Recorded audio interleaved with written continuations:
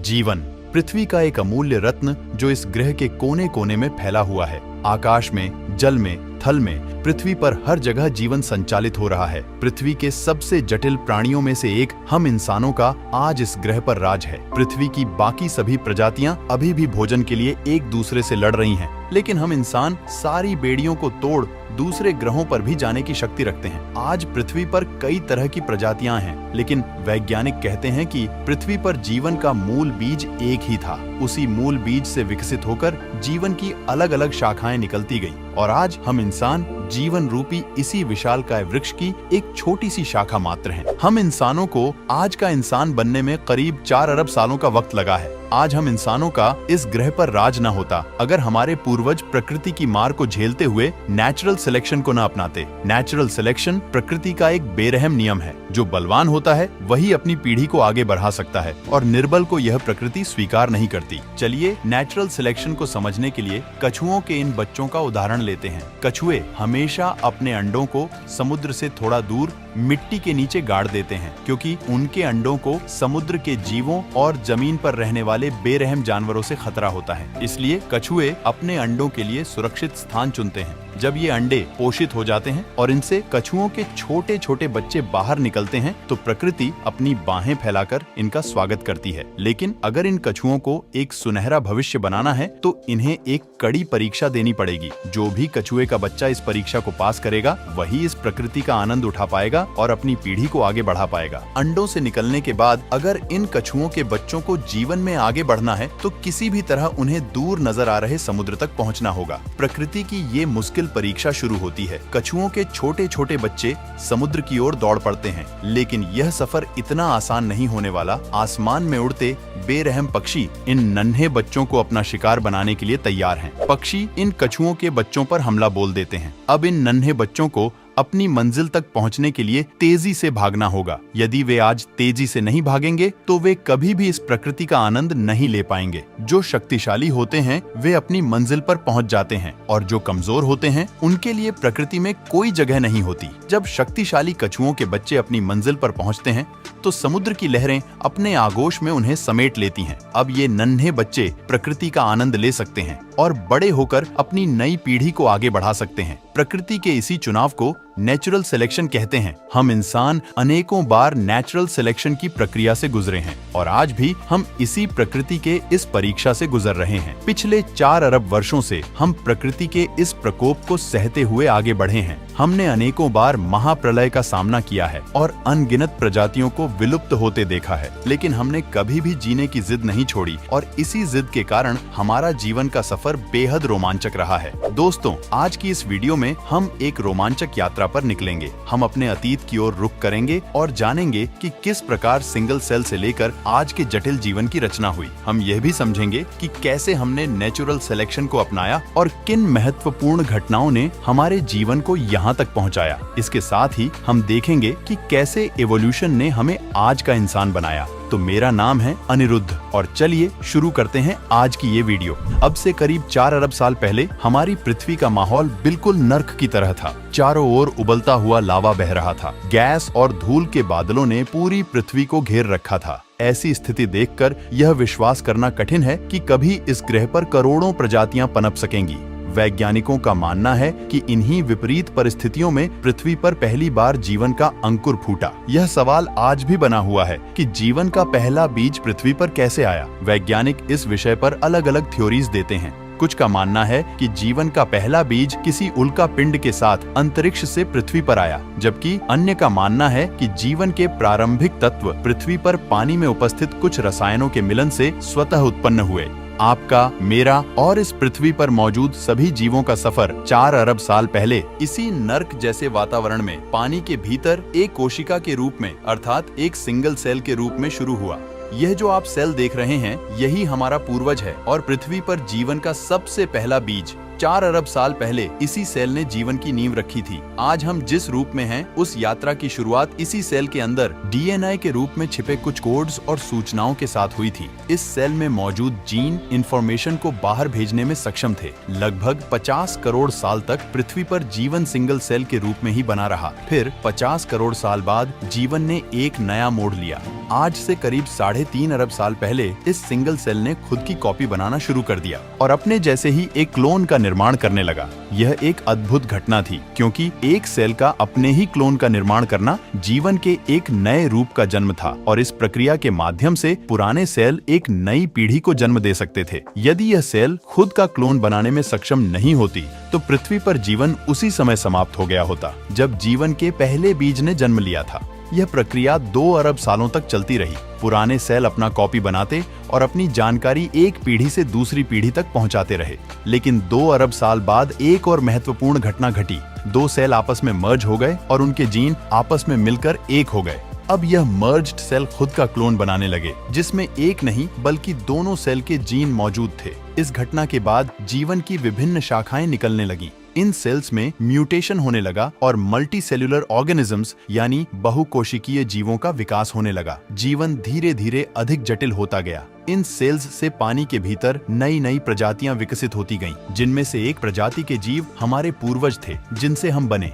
ये हैं महज 3 इंच लंबे वाटर वॉर्म, जो लगभग 5.5 मिलियन साल पहले पाए जाने वाले हमारे पूर्वज हैं। ये वॉर्म अभी पूरी तरह से अंधे हैं, क्योंकि उन्हें अब तक प्रकाश देखने की आवश्यकता ही महसूस नहीं हुई। इस कारण प्रकृति ने अभी तक उन्हें आंखें नहीं दी हैं। लेकिन अब वह समय आ चुका है जब उन्हें अपनी पीढ़ी को आगे बढ़ाने और खतरों से बचने के लिए आंखों की आवश्यकता है। इसके बाद करीब 20 मिलियन साल लगे ऐसे सेल्स विकसित होने में जो प्रकाश का अनुभव कर सकें। अब फाइनली इन वाटर वॉर्म के अंधकार का अंत हो गया। अब वे पहली बार इस रंगीन दुनिया को अपनी आंखों से देख सकने में सक्षम हो गए थे, क्योंकि अब हमारे पूर्वजों की आंखें विकसित हो चुकी थीं। अब हमारे पूर्वज इस दुनिया को अपनी आंखों से देखने और खोजने के काबिल हो गए थे। लेकिन अब आंखों से देखी गई जानकारी को प्रोसेस करने के लिए एक और चीज की जरूरत थी। इस आवश्यकता को पूरा करने के लिए आंखों के पीछे एक छोटा सा मस्तिष्क विकसित होने लगा। हमारे पूर्वज अब इवोल्यूशन के चलते वॉर्म नहीं रहकर मछली जैसी आकृति के हो गए।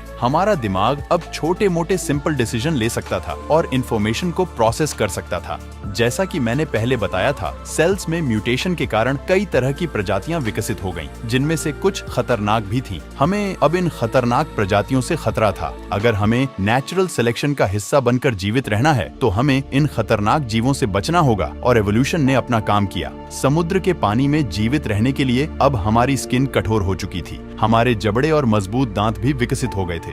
अब हम छोटे मोटे शिकारियों से अपनी रक्षा करने में सक्षम थे।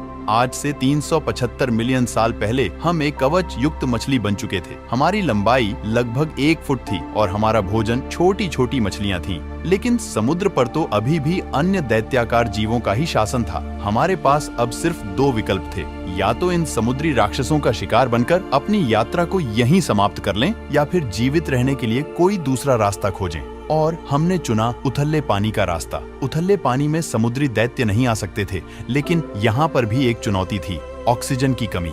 अपने आप को बचाने के लिए 375 मिलियन साल पहले हमने कुछ ऐसा किया जो इससे पहले किसी मछली ने नहीं किया था। हमने पहली बार अपना मुंह पानी से बाहर निकाला और हवा में सांस ली। अब जो हवा हम अपने भीतर खींच रहे थे, उसके लिए हमारे शरीर में एक नए अंग का विकास हुआ, हमारे फेफड़ों का। अब हम एक संकरित प्राणी बन चुके थे जो हवा और पानी दोनों में सांस ले सकते थे। हमारे पास अब फेफड़े और गिल्स दोनों ही थे। आज के समय में हमारे गिल्स पूरी तरह से लुप्त हो चुके हैं, क्योंकि अब हमें उनकी आवश्यकता नहीं है और हम केवल फेफड़ों के सहारे ही जीवित रह सकते हैं। लेकिन हमारे शरीर में अभी भी गिल्स की मैकेनिज्म का अवशेष बना हुआ है, जिसके कारण कभी कभी हमें हिचकियां आती हैं। लगभग 365 मिलियन साल पहले हमने अपने सिर को पानी से बाहर निकाला और एक नई दुनिया को एक्सप्लोर करने के लिए कदम बढ़ाया। पानी के बाहर हमारे सामने एक खूबसूरत दुनिया थी और पहली बार हमने पानी को छोड़कर जमीन पर कदम रखा, जहां एक नई दुनिया हमारा स्वागत करने के लिए तैयार थी। यह वह अद्भुत क्षण था जब हमने नए जीवन की तलाश में पानी को छोड़कर जमीन को चुना था।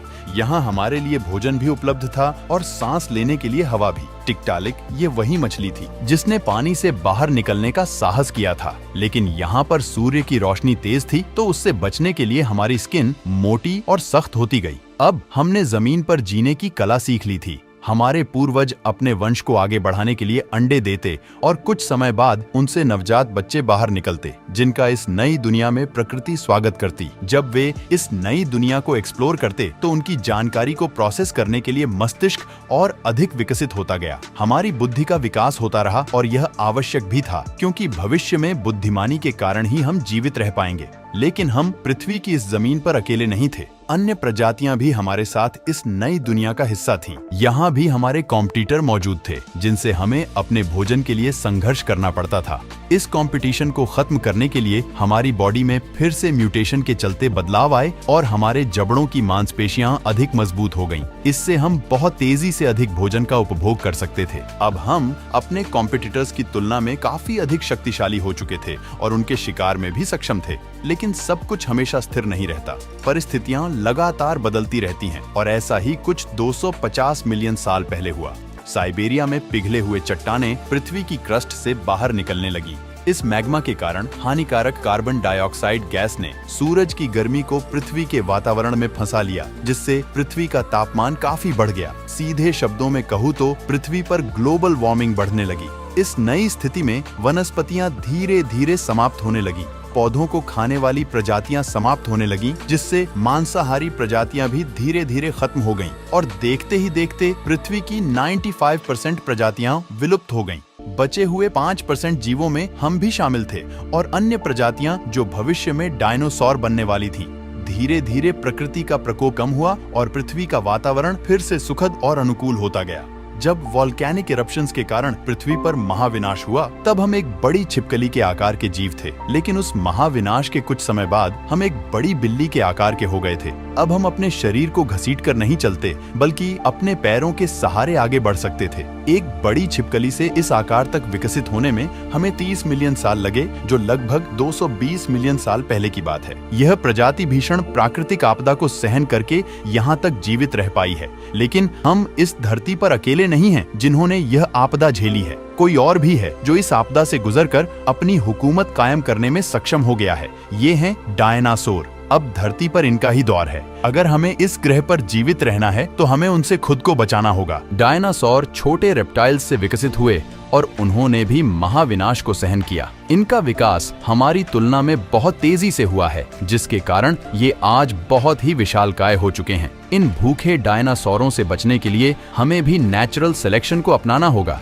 हमें ऐसा बनना होगा कि हम इनकी नजरों से छुप सकें। कई मिलियन सालों तक हम छुपते छुपाते जीवित रहे। आज से लगभग 66 मिलियन साल पहले नेचुरल सिलेक्शन के चलते हमारा आकार छोटा होता गया और हम एक छछूंदर की तरह दिखने लगे। हम जमीन के अंदर बिल बनाकर खुद को छुपाने लगे। अब हमें डायनासोरों के लिए देख पाना मुश्किल हो गया था। हमारे शरीर पर घने बाल थे जो सर्दी के समय खड़े हो जाते थे और हवा को कैद कर लेते थे, जिससे हमें गर्मी मिलती थी और ठंड से बचाव होता था। आपने देखा होगा कि सर्दियों में आज भी हमारे रोंगटे खड़े हो जाते हैं। हालांकि अब हमें इनकी उतनी जरूरत नहीं होती, इसलिए हमारे शरीर पर अब कम बाल हैं, क्योंकि अब हम अपने अनुकूल वातावरण बना सकते हैं और आर्टिफिशियल चीजों की मदद से अपने आप को वातावरण के अनुसार ढाल सकते हैं। हालांकि डायनासोरों का खतरा हमेशा बना रहता था, इसलिए हमें हमेशा सतर्क रहना होता था। जिससे पहले डायनासोर हमें देखें, उससे पहले हमें उनका आभास होना चाहिए था। हमने फिर से नेचुरल सिलेक्शन को अपनाया और हमारी इंद्रियां अधिक तेज होती गईं। हमारी देखने, सुनने और सूंघने की क्षमता बढ़ती गई। जिससे पहले कि डायनासोर हमें देख पाते, हम सतर्क हो जाते थे। अब हमारा ब्रेन और भी कॉम्प्लेक्स होता जा रहा था, क्योंकि हमें हालात के अनुसार तेजी से निर्णय लेने की आवश्यकता थी। अब मानवता का भविष्य इस छोटी सी प्रजाति पर निर्भर था। अगर हम अपने छोटे से मस्तिष्क और तेज इंद्रियों का सही उपयोग नहीं कर पाए तो हमारा अस्तित्व खत्म हो जाएगा। लेकिन इन प्रॉब्लम्स को पार करना इन्होंने सीख लिया। हम मनुष्यों के लिए यदि कोई अच्छी चीज हुई है तो वह डायनासोरों का अस्तित्व था। इन्हीं की वजह से आज हमारे पास एक तेज दिमाग और शक्तिशाली इंद्रियां हैं। हमारे पूर्वज पहले अंडे दिया करते थे, लेकिन उस समय की परिस्थिति ऐसी थी कि खुद की जान बचाना भी मुश्किल था। ऐसे माहौल में अपने अंडों की देखभाल करना असंभव था, इसलिए उन्होंने एक बार फिर से नेचुरल सिलेक्शन को अपनाया और प्रकृति ने उन्हें एक नई शक्ति प्रदान की। वह शक्ति थी जीवित बच्चों को जन्म देने की क्षमता। अब बच्चों का विकास शरीर के बाहर नहीं बल्कि माँ के गर्भ में होने लगा और उन नन्हे बच्चों को पोषण प्रदान करने के लिए हमारी ग्रंथियां विकसित होकर दूध देने वाली ग्रंथियों में बदल गईं। इस परिवर्तन के कारण हम इस योग्य हो गए कि अपने नन्हे बच्चों को दूध पिलाकर उनकी भूख मिटा सकें। इस नेचुरल सिलेक्शन की वजह से अब हमारी प्रजाति का इस दुनिया में जीवित रहना अधिक आसान हो गया। सिंगल सेल से इंसान बनने की इस यात्रा में यह हमारे लिए एक बहुत बड़ी उपलब्धि थी। इस छोटे से जीव से लगभग 4000 विभिन्न प्रजातियां विकसित हुईं, एक छोटे चूहे से लेकर विशाल व्हेल्स और हम इंसानों तक। यहीं से स्तनधारियों का दौर शुरू हुआ, लेकिन इस समय भी पृथ्वी पर डायनासोर्स का राज कायम था। हालांकि प्रकृति के आगे किसी की नहीं चलती। लगभग 65 मिलियन साल पहले पृथ्वी पर एक और महाविनाशकारी घटना घटी। एक माउंट एवरेस्ट के आकार की चट्टान अंतरिक्ष से तेजी से आई और मैक्सिको की खाड़ी में आकर टकराई। इस एस्टेरॉयड के प्रभाव से पृथ्वी पर एक विनाशकारी महाप्रलय शुरू हो गया। धूल और धुएं के बादलों ने संपूर्ण पृथ्वी को अपनी चपेट में ले लिया। टक्कर की वजह से जगह जगह ज्वालामुखी फटने लगे और भयंकर भूकंपों ने पृथ्वी को हिलाकर रख दिया। पृथ्वी का तापमान इतनी तेजी से बढ़ा कि हर ओर आग ही आग थी। वनस्पतियां जलकर राख हो गईं और डायनासोर भी इस जलती हुई धरती पर राख में बदल गए। केवल डायनासोर ही नहीं बल्कि अन्य बड़ी बड़ी प्रजातियों के जीव भी इस प्रलय में दम तोड़ने लगे। यह आपदा इतनी भयंकर थी कि अब हमारे पास जीवित रहने का एकमात्र उपाय था कि हम पृथ्वी में बिल बनाएं और उनमें छुपकर अपने आप को सुरक्षित रखें। सौभाग्य से हम इस काम में कुशल हो चुके थे और हमने ऐसा ही किया। पृथ्वी पर जितने भी विशालकाय जानवर थे वे अब विलुप्त हो चुके थे। केवल छोटे छोटे जीव ही इस विनाशकारी आपदा में जीवित रह सके और सौभाग्य से हम उनमें से एक थे। इस प्रलय ने पृथ्वी की 95% से अधिक प्रजातियों को समाप्त कर दिया। धूल, राख और धुएं के बादलों ने सूर्य की रोशनी को ब्लॉक कर दिया था। पेड़ पौधे नष्ट हो गए। मैक्सिको की खाड़ी में शुरू हुई एक सामान्य आपदा कुछ ही क्षणों में एक महाप्रलय का रूप ले चुकी थी। लेकिन प्रकृति का एक नियम है, नवनिर्माण। किसी भी नए निर्माण से पहले पुराने निर्माण को समाप्त होना होता है। इस प्रलय ने विशालकाय जीवों को समाप्त कर एक नई प्रजाति को विकास का अवसर दिया और वह नई प्रजाति थी हम, मैमल्स। इस प्रलय में छोटे छोटे बग्स जैसे कि कॉकरोच आदि भी बच गए। अब हमारा भोजन केवल यही थे। इन्हें खाकर हमारे पूर्वजों ने अपनी भूख मिटाई और अपनी जान बचाई। आज हम इस धरती पर हैं तो इसमें बहुत बड़ा योगदान उन कॉकरोचों का भी है जिन्हें खाकर हमारे पूर्वज जीवित रह सके। अब पृथ्वी पर मैमल्स का दबदबा था। उस समय हमारा आकार मात्र 6 इंच का था। धीरे धीरे पृथ्वी की परिस्थितियों में फिर से बदलाव आया। महाप्रलय को अब 5 मिलियन वर्ष बीत चुके थे। वनस्पति जीवन ने फिर से पृथ्वी को हरा भरा कर दिया। पेड़ों पर फल लगने लगे और पकने लगे जिनमें वे सारे पोषक तत्व थे जो हमें चाहिए थे। सरल सी बात है, जितना ज्यादा हम खाएंगे उतना ही लंबा जीवन जिएंगे। लेकिन समस्या यह थी कि फल पेड़ों पर होते थे और हम जमीन पर रहते थे। तो प्रकृति ने हमें फिर से चुना और नेचुरल सिलेक्शन की वजह से हमारा विकास इस तरह हुआ कि अब हम बंदरों की तरह पेड़ों पर चढ़कर फल खा सकते थे। आज से 56 मिलियन साल पहले हम पेड़ों की नई दुनिया में पूरी तरह बस चुके थे। अब हमारा जमीन से कोई खास संबंध नहीं रहा, क्योंकि एक पेड़ से दूसरे पेड़ पर कूदकर हम अपना भोजन जुटा सकते थे। लेकिन हमारी दुनिया हमेशा ऐसी नहीं रहने वाली थी। आने वाले 10 मिलियन वर्षों के दौरान पृथ्वी का तापमान बदलता रहा। जंगल सूखने लगे और आकार में छोटे होते गए, जिससे भोजन की कमी बढ़ने लगी। इस स्थिति में नेचुरल सिलेक्शन ने फिर से भूमिका निभाई। हमारी पूंछ धीरे धीरे गायब हो गई। हमारे हाथ लंबे हो गए, जिससे हम अपने हाथों को फैलाकर फलों को आसानी से तोड़ सकते थे। हम हमेशा पेड़ों की शाखाओं से चिपके रहते थे। पृथ्वी के तापमान में आए बदलावों ने हमारे पूर्वजों को भी स्थायी रूप से बदल दिया। हम पृथ्वी के बदलते माहौल के अनुसार अपने आप को ढालते गए और प्रकृति हमें निरंतर बदलती रही। लेकिन पृथ्वी में होने वाला यह बदलाव यहीं नहीं रुका। अफ्रीकन और अरेबियन टेक्टोनिक प्लेट्स के खिंचाव के कारण ईस्ट अफ्रीकन रिफ्ट वैली बनी और इसके किनारों पर 3500 मील लंबी पर्वत श्रृंखलाएं बनी। पहले इंडियन ओशियन से उठने वाले बादल पूरे अफ्रीका में बरसते थे, लेकिन अब इन पर्वत श्रृंखलाओं ने उन बादलों को रोक दिया, जिससे इस क्षेत्र में सूखा पड़ने लगा। धीरे धीरे पेड़ खत्म होने लगे और जंगलों का अस्तित्व समाप्त होने लगा। परंतु सबसे बड़ी चुनौती यह थी कि हमारे पूर्वज अफ्रीका के उसी इलाके में फंसे हुए थे जहां सूखा पड़ा हुआ था। यह परिवर्तन बहुत महत्वपूर्ण था, क्योंकि अगर हमें भोजन नहीं मिला तो सिंगल सेल से इतने जटिल जीव तक का हमारा सफर यहीं रुक जाएगा। हमें अब खुद को बचाने के लिए कुछ ऐसा करना था जो हमारे किसी भी पूर्वज ने पहले कभी नहीं किया था।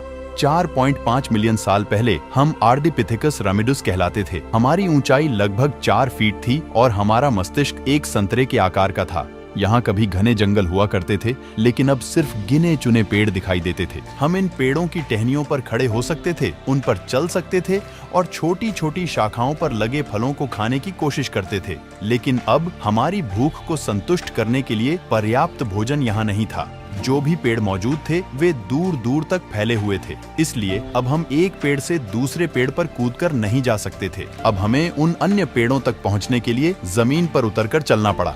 आज से लगभग 4.4 मिलियन साल पहले हमने पहली बार जमीन पर चलना सीखा। अब हम केवल 2 पैरों पर चल सकते थे, जिससे हमारे हाथ फ्री हो गए थे और हम जमीन पर खड़े होकर पेड़ों से फल तोड़ सकते थे। इससे हमारा काम अधिक आसान और तेज हो गया था। हम अपने हाथों का उपयोग करके अधिक मात्रा में भोजन इकट्ठा कर सकते थे। अगले 1 से 2 मिलियन सालों तक हमारा एवोल्यूशन होता रहा और हमारा शरीर इस प्रकार से विकसित हुआ कि हम 2 पैरों पर तेजी से चलने लगे। हमने पेड़ों को छोड़कर खुले मैदानों की ओर बढ़ना शुरू कर दिया था।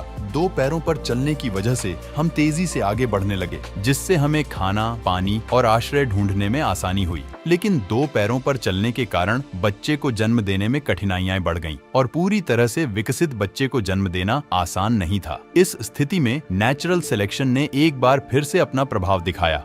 हमने ऐसे बच्चों को जन्म देना शुरू कर दिया जो समय से पहले ही पैदा हो जाते। माँ की कोख में बच्चे का जो जरूरी विकास होना चाहिए था वह हो जाता और बाकी का विकास जन्म के बाद होता। आपने देखा होगा कि हम इंसान एक ऐसी प्रजाति हैं जिनके बच्चे जन्म लेने के बाद भी कमजोर होते हैं। उन्हें अपने पैरों पर चलने में कई महीने लग जाते हैं और माँ को उन्हें सालों तक दूध पिलाना होता है और उनकी देखभाल करनी होती है। तब जाकर उनका शरीर पूरी तरह से विकसित होता है। लेकिन आपने यह भी देखा होगा कि जानवरों के साथ ऐसा नहीं होता। जब कोई जानवर अपने बच्चे को जन्म देता है तो उसका बच्चा जन्म के कुछ ही मिनटों में चलने फिरने और दौड़ने लगता है। लेकिन इंसानों के बच्चों के साथ ऐसा नहीं होता। आज से करीब 3.2 मिलियन साल पहले हम ऑस्ट्रेलोपिथिकस थे। हम हमेशा अपने 2 पैरों पर चलते थे, लेकिन हमें जंगली जानवरों से बहुत खतरा था और हम उनसे तेज भी नहीं दौड़ सकते थे। पर हम अपनी बुद्धि का उपयोग कर जंगली जानवरों से बच सकते थे। हम लगातार अपनी सूझबूझ का इस्तेमाल करके इन खतरों से बचते रहे और समय के साथ हमारा दिमाग बड़ा होता गया।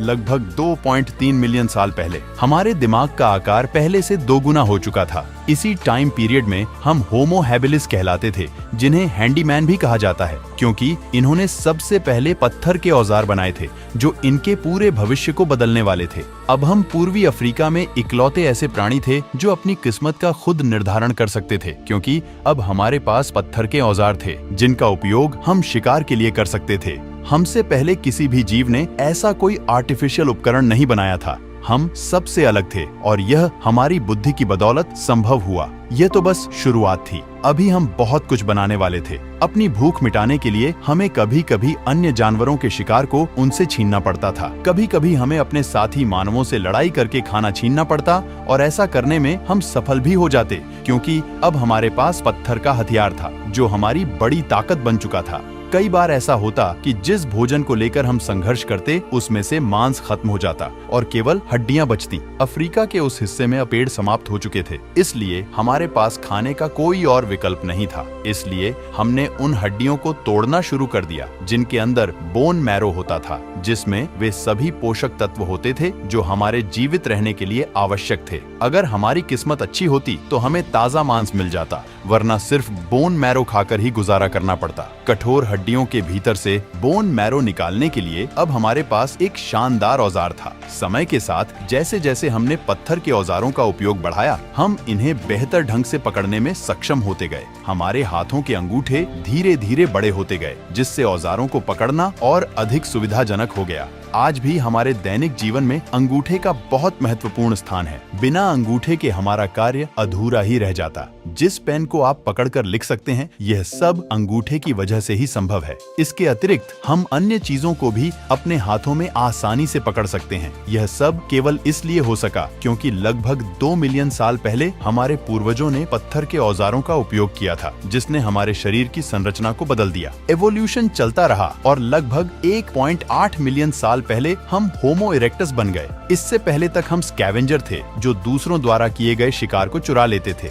लेकिन अब हम शिकारी बन चुके हैं। अब हम स्वयं शिकार करते हैं और भोजन की कमी को दूर करते हैं। अब हमने अपनी प्रजाति के लोगों के साथ मिलकर काम करना शुरू कर दिया है। हम मिलकर शिकार करते हैं और साथ मिलकर भोजन करते हैं। अब हम इतनी तेज दौड़ सकते हैं कि अपने शिकार को गिरा सकें। फिर एक दिन एक अद्भुत घटना घटी। आसमान से बिजली गिरी और आग लग गई, जिसने हमें गर्माहट दी और ठंड से बचाया। उस आग में कुछ जंगली जानवर भी जलकर मारे गए। मांस हमारे लिए बहुत मूल्यवान था, इसलिए हमने उसे व्यर्थ जाने नहीं दिया। हमने पहली बार आग में भुना हुआ मांस खाया, जो बहुत ही स्वादिष्ट था और चबाने में भी आसान था। हमने आग जलाना सीख लिया, जो हमारी दुनिया को बदलने वाला था, क्योंकि अब प्रकृति की शक्ति हमारे हाथ में थी। आग हमें दूसरे जानवरों से सुरक्षा देती, ठंड से बचाती और सबसे महत्वपूर्ण बात यह कि अब तक हम कच्चा मांस खाते आ रहे थे, जिससे उसे चबाने और पचाने में हमारी शरीर को बहुत मेहनत करनी पड़ती थी। लेकिन आग की खोज ने यह कार्य आसान कर दिया।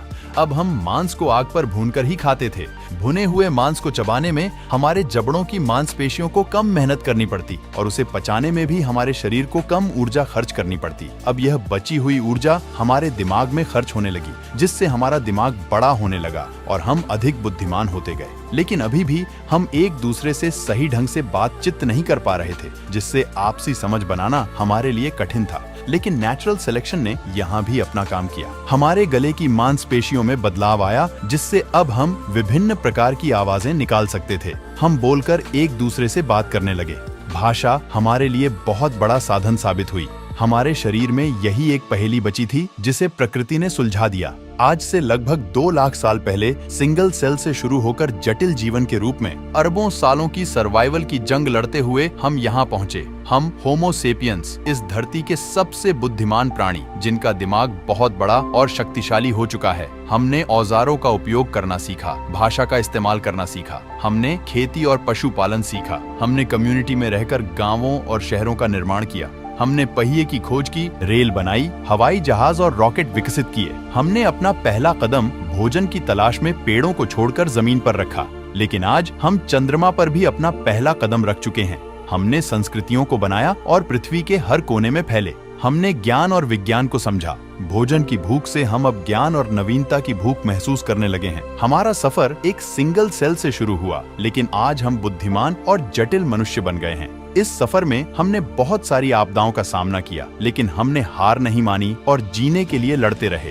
हम सीखते रहे और प्रकृति के संगत माहौल में अपने आप को ढालते रहे।